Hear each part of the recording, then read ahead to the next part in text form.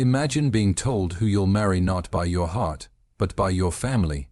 Imagine standing beside a man whose arrogance fills the room, only to discover later that behind that pride was a wounded heart, and behind his fortune, a story of pain and redemption. This is not just a love story, it's a story about transformation, humility, and how fate sometimes disguises blessings as challenges. It began with silence, the kind of silence that screams louder than words.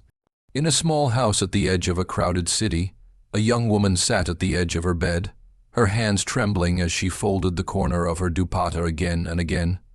Her parents had made their decision, and it wasn't hers to change. Tomorrow, she would marry a man she didn't know, a man chosen not by her heart, but by her family's desperation and circumstance. Her father's voice echoed in her mind, soft yet final. He's a doctor, a good man. You'll be secure with him. But security was not love. She wanted dreams, not deals. She wanted laughter, not arrangements. And yet, life had cornered her into saying yes when every beat of her heart said no. The wedding day arrived like a storm. The hall glittered with gold and jasmine, guests smiled, cameras flashed, but beneath the surface of celebration lay an invisible ache. She sat dressed as a bride, a vision of beauty, yes, but her eyes betrayed her.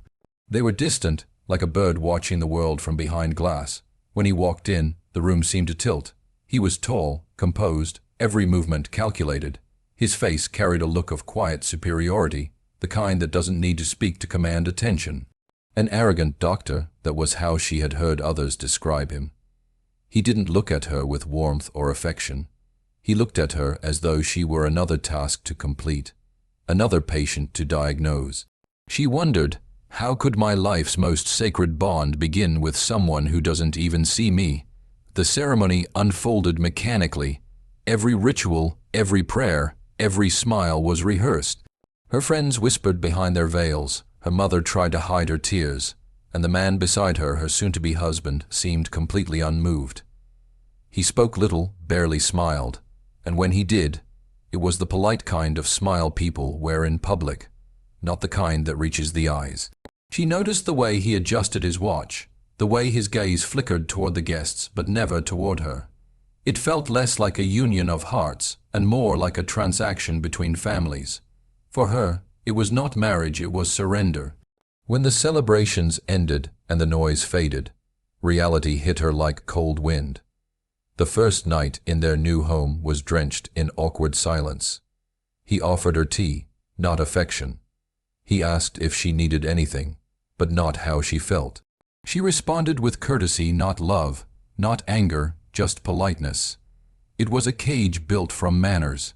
In those early days, they lived like two strangers trapped under the same roof, sharing space but not souls. She rose early, prepared his breakfast, and fulfilled her duties, yet every gesture felt like a performance, every word rehearsed to keep the peace. He, on the other hand, buried himself in work, the hospital, the clinic, the endless calls that excused him from presence. He was a man always busy, always unavailable, always elsewhere.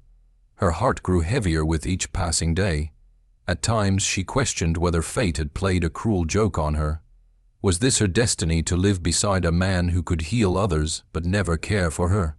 She had seen the way his colleagues admired him, how his patients respected him. But in their home, he was someone else, distant, mechanical, almost cold. And yet, despite his arrogance, there was something mysterious about him, something that made her pause before judging him completely.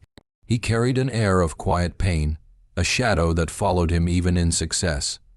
There were moments when she caught him staring into space after long days at work, his face softening for just a second as if remembering something or someone he'd lost. Those fleeting moments of vulnerability confused her more than his pride. Who was this man she had married? Days turned into weeks, and the gap between them seemed to grow. She began to lose herself, her laughter, her freedom, her light. Yet, somewhere deep inside, a spark of defiance refused to die. She decided that if life had written her into this story, she would not be a silent character. She began to observe him, his habits, his routines, the reasons behind his sharp tone or his distance. Slowly, she started to see patterns. His arrogance, she realized, was not random. It was armor. He had built it to survive, to protect something fragile inside him. And though she didn't yet know what that was, a strange determination stirred in her. To understand him, not for love, not for approval, but for herself. Because if she had to live in this forced marriage, she wanted to find truth in it, even if that truth broke her heart. If the first weeks of their marriage were quiet, the months that followed were louder, not with words, but with silence sharp enough to wound. He was a man of discipline, order, and control. Everything in his life operated like a hospital schedule, precise, measured, clinical. His mornings began before sunrise. His footsteps echoed through the marble floors as he prepared for work. He dressed with the precision of a soldier, the tie always straight, the shoes polished to perfection, the stethoscope looped neatly around his neck. He never forgot an appointment, never missed a call, and never not once asked her how she was adjusting. To him, life was a checklist: patience, operations, reports, meetings, repeat. And somewhere between those lines, she existed unnoticed, unacknowledged, unneeded. When she tried to talk, he answered with brief, professional words. When she smiled, he nodded politely but never returned it. It was as though he'd built a wall around himself, a fortress no one was meant to enter. His arrogance didn't shout. It whispered through his indifference. It was in the way he looked past her when she spoke, in the way he corrected her softly but coldly, in the way he treated her as though she were an obligation rather than a companion. But arrogance, she learned, had many faces. Sometimes it came in the form of pride, the kind that looks down on others. Sometimes it came as self-sufficiency, the belief that one needs no one, and he wore both like a second skin. At dinners, when relatives praised her beauty or her modesty, he remained silent, almost detached. When they praised him for his brilliance, he accepted it without humility, as though it were his due. He's such a confident man, people would say, mistaking pride for poise, but she saw through it. His confidence wasn't calm, it was cold.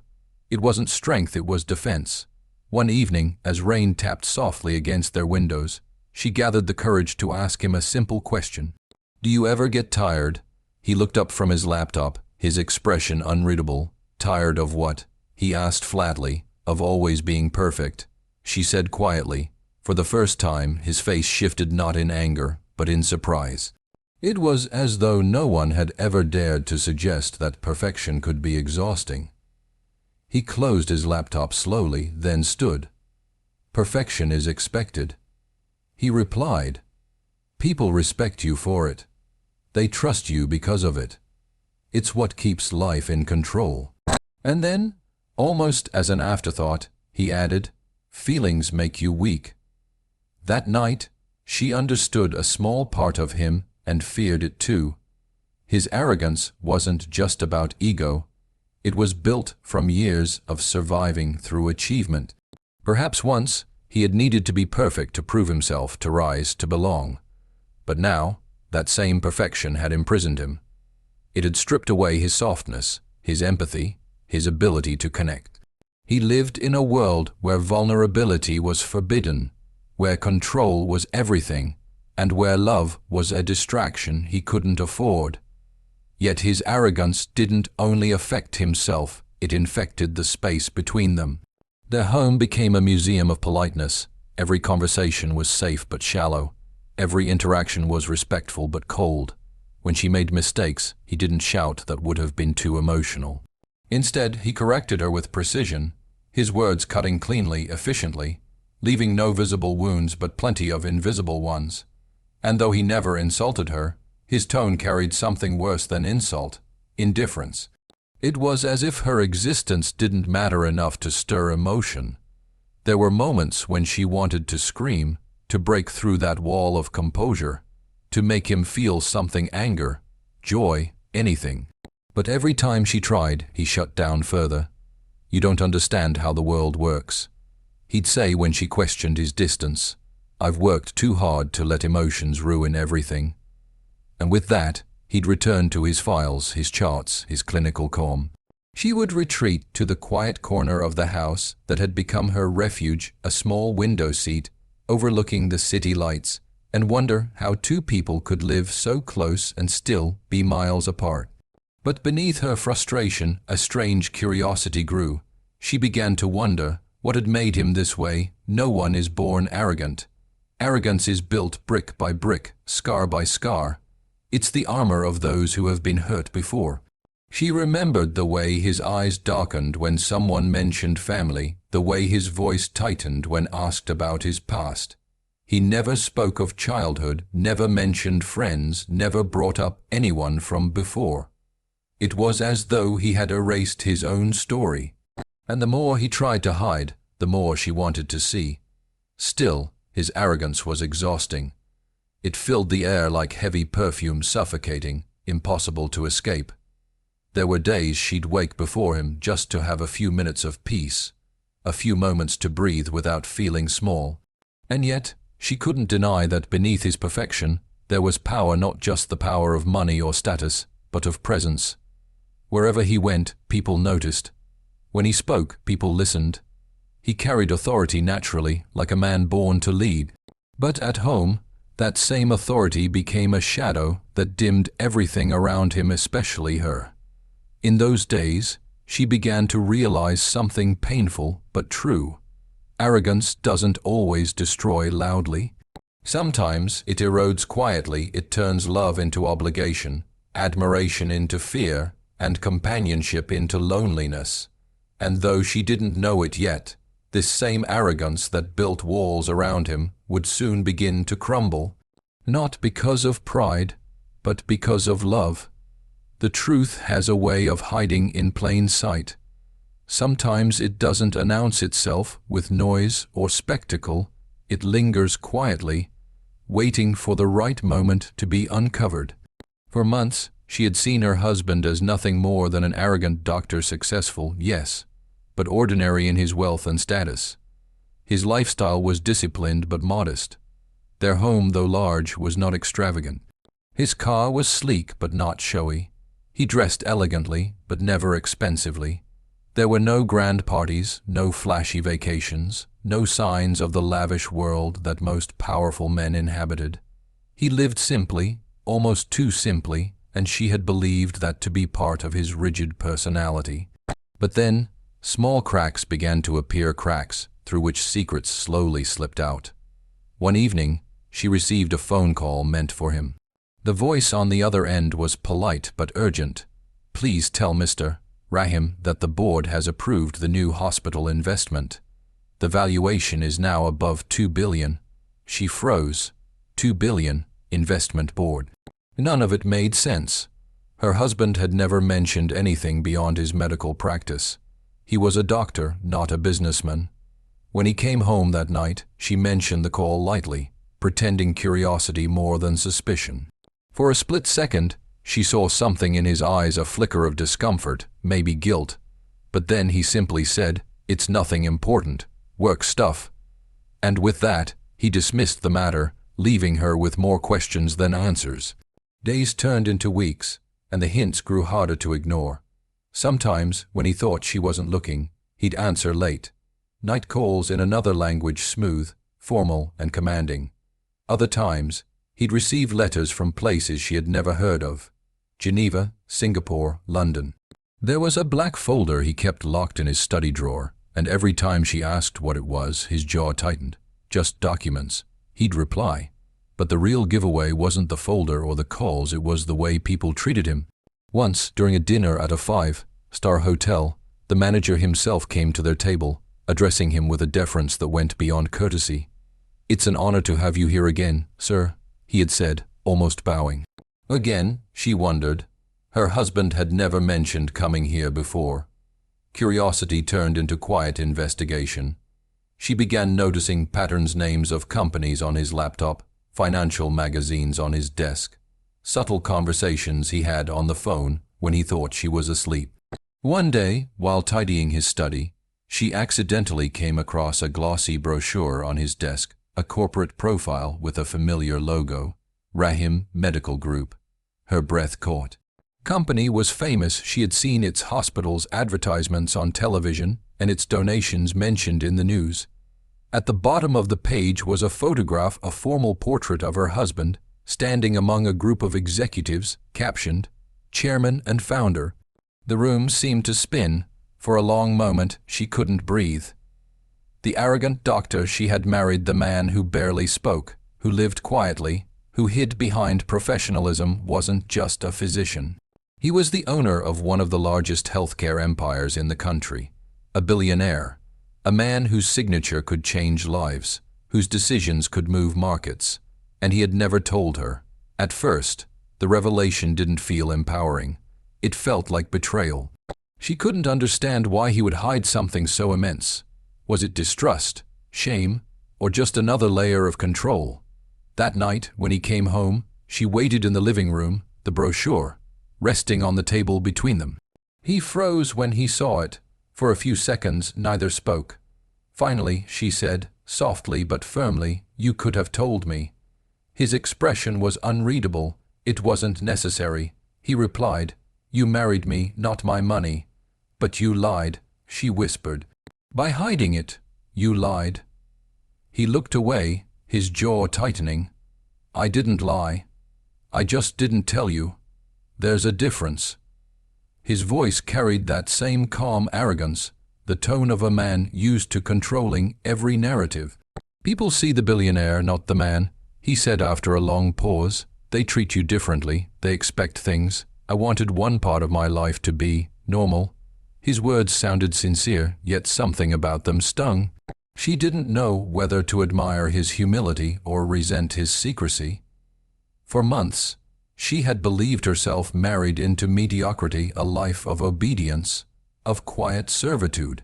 But now she realized she was living beside a man who owned worlds, who made decisions that affected thousands, who carried a kingdom behind closed doors. And yet, despite all that power, he lived like a monk, detached, emotionless, and utterly unreachable. In the days that followed, she saw him differently. The arrogance she once despised now seemed layered not just pride, but protection. He had built walls not only around his heart, but around his identity. And maybe, she thought, it was because he had learned that money attracts everything but honesty. She began to see the way he handled his staff, strict but fair. The way his phone never left his side. The way his mind never rested. He was not just a doctor, he was an empire pretending to be a man. Yet, the truth changed something inside her. For the first time, she felt equal parts anger and awe. She wanted to understand this man, not the billionaire, not the doctor, but the human being who hid behind both titles. What pain made him fear connection so deeply? What loss made him bury himself in work and wealth? She didn't know yet, but she intended to find out. Because now, she saw clearly. Behind every act of arrogance was a wound that had never healed, and behind every wall he built, there was something fragile he was terrified to lose. The truth didn't bring them closer, at least not at first. If anything, it created a storm between them. The air in their home grew heavier, thick with unspoken words and wounded pride. She couldn't look at him without remembering that glossy brochure, that photograph of him standing in confidence before the world, while she stood in the shadows, unaware. He, on the other hand, carried himself as if nothing had changed.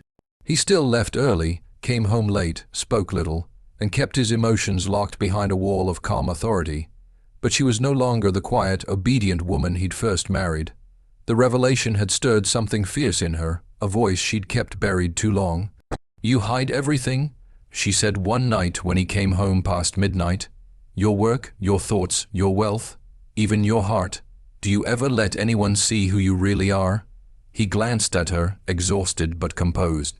"This again," he muttered, setting down his briefcase. "Yes, this again," she shot back. "Because I'm your wife, not your shadow. You live as though I'm a stranger sharing a roof." He sighed deeply and loosened his tie. "You're emotional," he said, the words soft but cutting. "You take everything personally. I don't owe explanations for how I live." That was the moment something inside her broke. "No," she said quietly, "you owe them to yourself. You think you're protecting your peace, but all you're doing is burying it alive." He froze, the faintest trace of anger flashing in his eyes. It wasn't the loud kind of anger, it was silent, simmering, dangerous. "You think you understand me?" he asked, his voice low. "You don't know what I've sacrificed, what I've endured to be who I am." "Then tell me," she cried. "Tell me what you've endured. Let me understand." But he didn't. He turned away, walking toward his study, that sacred fortress of his solitude, and shut the door behind him. The click of that lock felt like a gunshot. From that night on, their marriage became a battlefield not of cruelty, but of silence, pride, and words that fell like sharp glass. She stopped trying to please him. He stopped pretending to listen. Their meals were eaten in silence. Their conversations were mechanical, polite, and empty. Yet beneath that calm surface, emotions churned violently. For every quiet dinner, there was a storm brewing in both hearts, a mix of anger, confusion, and something neither of them dared to name: longing. Sometimes, in the midst of those silent wars, she would catch glimpses of the man beneath the arrogance. Late at night, when he thought she was asleep, she'd see him standing by the window, staring into the city lights with a haunted expression. His posture would soften, his shoulders drop, as if the weight of his perfection had finally become too heavy. Once she heard him whisper something to himself, a name, maybe, or a memory. She wanted to ask who it was, but pride stopped her. Pride, the same poison that kept him from loving freely, now spreading through her too. Their clashes weren't always loud. Sometimes they came disguised as conversations. She'd question his choices, his absence, his detachment. He'd respond with logic, never emotion. "You think everything is about feelings," he'd say. "But life doesn't run on emotion, it runs on control. And control is what's killing you." She'd reply, "You can't heal people if you've forgotten how to feel for them." Those words would hang in the air between them, raw, unfiltered, dangerous. And yet, behind the sting of every argument was a strange truth. They were both fighting for something they couldn't name. He fought to protect his walls. She fought to break them down. He thought love was a weakness. She believed it was strength. Neither realized that in trying to prove each other wrong, they were beginning to change. One evening, their tension reached its breaking point. She had attended a charity gala. He was hosting, one of those grand events where everyone wore smiles that didn't reach their eyes. He was in his element there, commanding attention, surrounded by politicians, investors, journalists. People hung on his every word, praising him as if he were untouchable. She watched from the corner of the ballroom, dressed in elegance but feeling invisible. When their eyes finally met, he offered a courteous nod, the kind you'd give a business associate, not a wife. Something inside her snapped. When they returned home, she confronted him.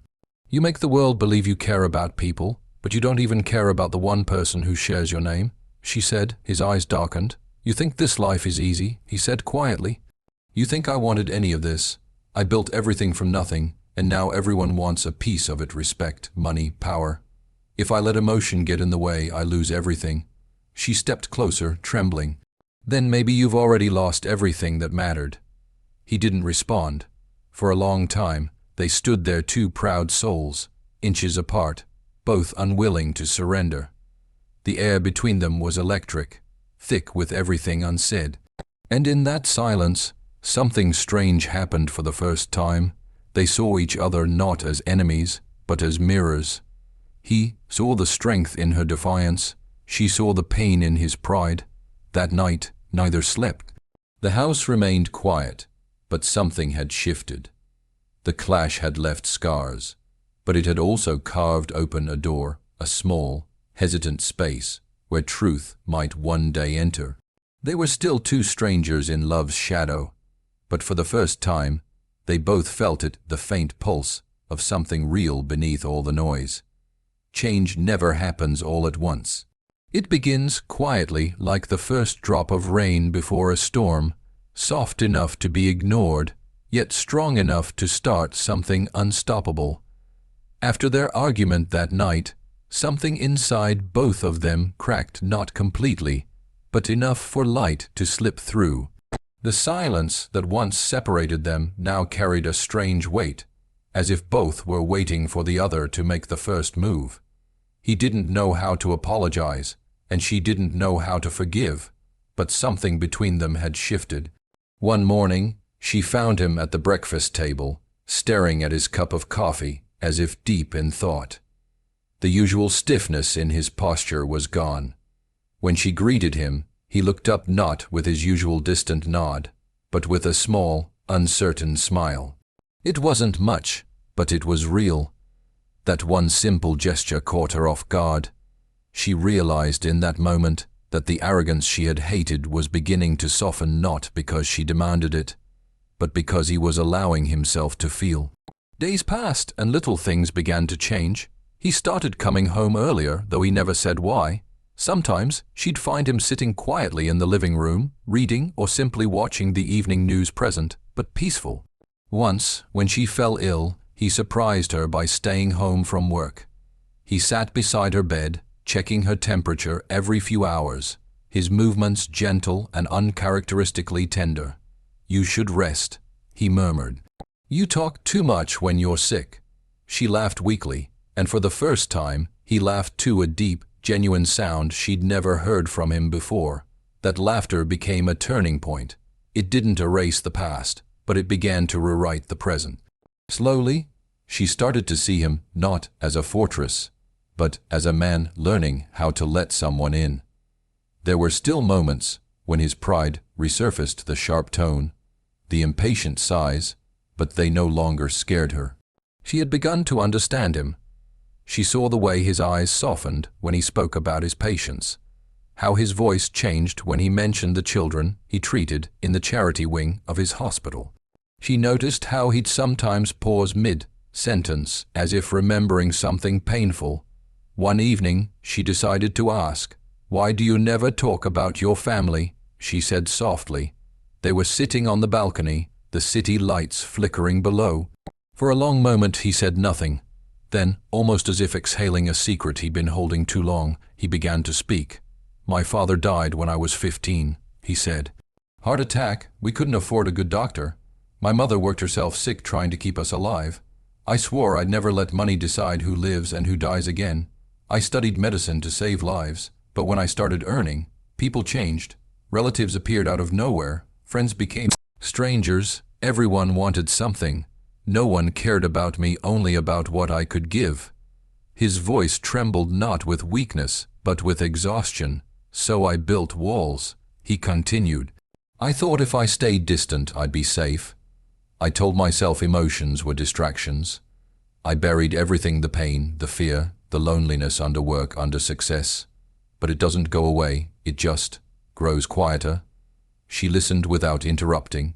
For the first time, she saw the boy inside the man, the teenager who'd lost everything, the son who had learned too early that love comes with conditions. Her anger melted into something softer, not pity, but understanding. She reached out and placed her hand on his. He looked at her, startled, as if unsure how to accept comfort. "You don't have to do it alone," she whispered. "You can let someone in. You can let me in." He didn't answer, but his fingers tightened around hers, a silent acknowledgement, a quiet surrender.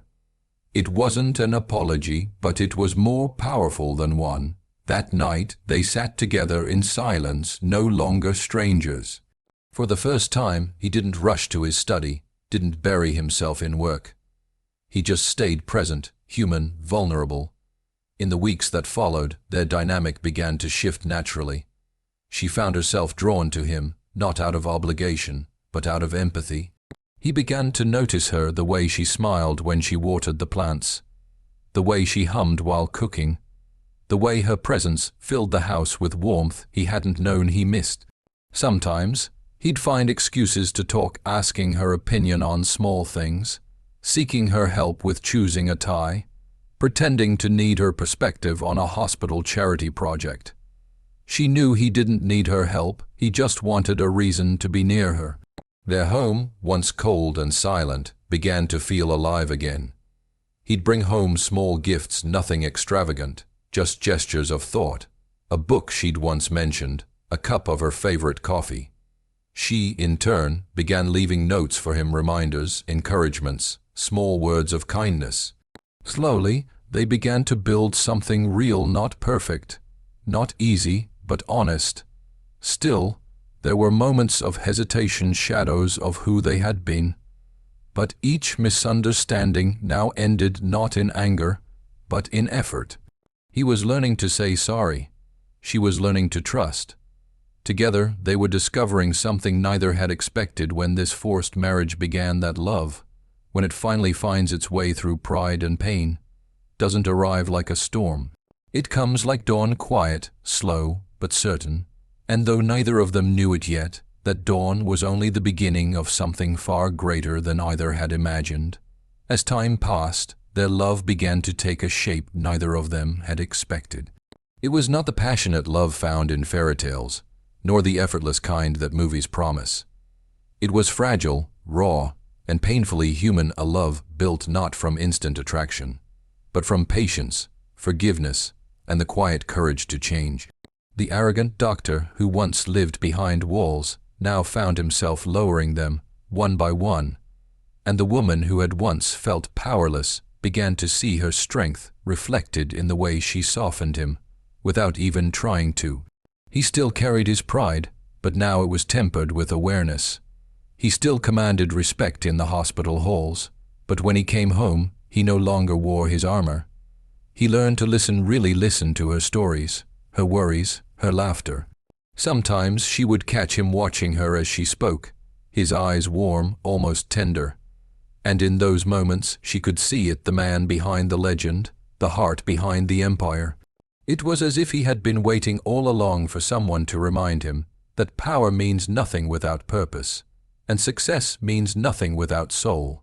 She too had changed. The girl who once sat quietly through her wedding now carried a new kind of grace, not the grace of submission, but of understanding. She had seen him at his worst and stayed long enough to see him transform. She no longer feared his silence. She had learned to read what it meant. Sometimes, when he fell into thought, she wouldn't interrupt, she'd simply place her hand over his, and that would be enough. He no longer ran from emotion. She no longer felt invisible. They were learning the language of love that doesn't need grand gestures, only presence. One evening, they attended a gala together, the same kind of event where once she had felt invisible. But this time, things were different. When they entered the hall, he didn't walk ahead of her as he used to. He walked beside her, his hand resting gently at her back. When people greeted him with admiration, he introduced her proudly, not as my wife, in passing, but as the woman who keeps me grounded. She smiled, a soft, knowing smile, not for the cameras, but for him. For once, she wasn't standing in his shadow. She was part of his light. That night, on their drive home, he said something she never expected. "Do you know what the hardest thing for a man like me was?" he asked quietly, his eyes fixed on the road ahead. She shook her head, learning to be wrong. He said simply, "I thought success meant never showing weakness. I thought love would slow me down, but I was wrong. It made me human again." His words lingered between them, tender and true. She wanted to tell him that she had learned just as much, that strength isn't always loud, that patience is power, and that sometimes love doesn't demand change, it inspires it. But she didn't speak. She didn't need to. The look they shared said everything words could not. From that moment on, their home felt different, not just a house of two people living together, but a space where pride had been replaced by peace. There were still long nights, still differences, still moments when old habits resurfaced. But now, those moments no longer broke them. They became reminders of how far they had come. He had learned to apologize without shame. She had learned to forgive without losing herself. They had both learned that love is not about winning arguments or proving points. It's about choosing to stay, again and again, even when it's hard. One day, he took her to the orphanage his hospital funded. It was the first time he had ever shown her that part of his world. The children ran to him, calling his name, hugging his legs. She watched him kneel down, laughing as he handed out gifts and checked their health. His face, usually so composed, glowed with warmth. She saw in him the man he must have been before success, hardened him, gentle, kind, capable of love without fear. When he looked up and caught her watching, he smiled and said, This is what I work for, not the money, not the power, just this." That day, she understood something deeper. His arrogance had been born from pain, from the fear of losing control, from the illusion that worth is measured by wealth. But love had dismantled that illusion piece by piece. And she, who once believed herself powerless, had become the quiet force that taught a billionaire the one thing money could never buy: peace of heart. Over time, their story became less about who they were when they met and more about who they had become together. The doctor, who once treated feelings like weakness, learned that vulnerability is not defeat, it is the truest form of strength. The woman, who had been forced into a life she didn't choose, discovered that destiny doesn't always come in the shape you expect. Sometimes it begins as a prison and ends as freedom. And though the world saw their story as a fairy tale, the poor girl and the secret billionaire, they both knew the truth was much simpler, much more beautiful. Their love wasn't built on wealth or charm, but on courage. The courage to unlearn pride, the courage to forgive, the courage to begin again. In the end, their story was never about wealth, power, or even fate. It was about change, the kind that happens not overnight, but slowly, gently, through patience and pain. He had once believed that success was everything, that love was a distraction, that emotions were dangerous, that perfection was survival. But she taught him something the world never could: that to be truly strong, you must first be kind, that to lead, you must first learn to listen, and that sometimes the greatest healing doesn't happen in hospitals, it happens in hearts. She too had changed. The girl who once sat silent in a marriage she never chose had found her voice. She discovered that strength doesn't always come from rebellion, sometimes it comes from quiet endurance, from compassion that refuses to fade, from seeing beyond someone's flaws and believing they can be better. Together, they became proof that love doesn't always start beautifully. Sometimes it begins as a storm, messy, unpredictable, painful. But if you face it with courage, that same storm can clear your skies. The arrogant doctor became a man capable of humility. The lonely wife became a woman who brought life back into his world. And the marriage that began as a cage became a home, not perfect, but peaceful. People around them still whispered stories about his wealth, his reputation, his empire. But what mattered most was what only the two of them knew: that love had saved them both. It didn't erase their pasts, it rewrote their futures. It taught them that no matter how powerful, how proud, or how broken someone may seem, there's always a part of them that longs to be understood, to be seen, to be loved, not for what they have, but for who they are. And so, if there's one lesson their story leaves behind, it's this: love isn't about finding the perfect person. It's about seeing the imperfect one perfectly. It's about patience in the face of pride, and forgiveness in the shadow of pain. It's about choosing to stay, to grow, and to heal together. Because in the end, she wasn't just the woman forced to marry an arrogant doctor. She was the woman who taught a billionaire the meaning of love. And he, the man who thought he had everything, finally found the one thing he had always been missing: a heart that was no longer afraid to love.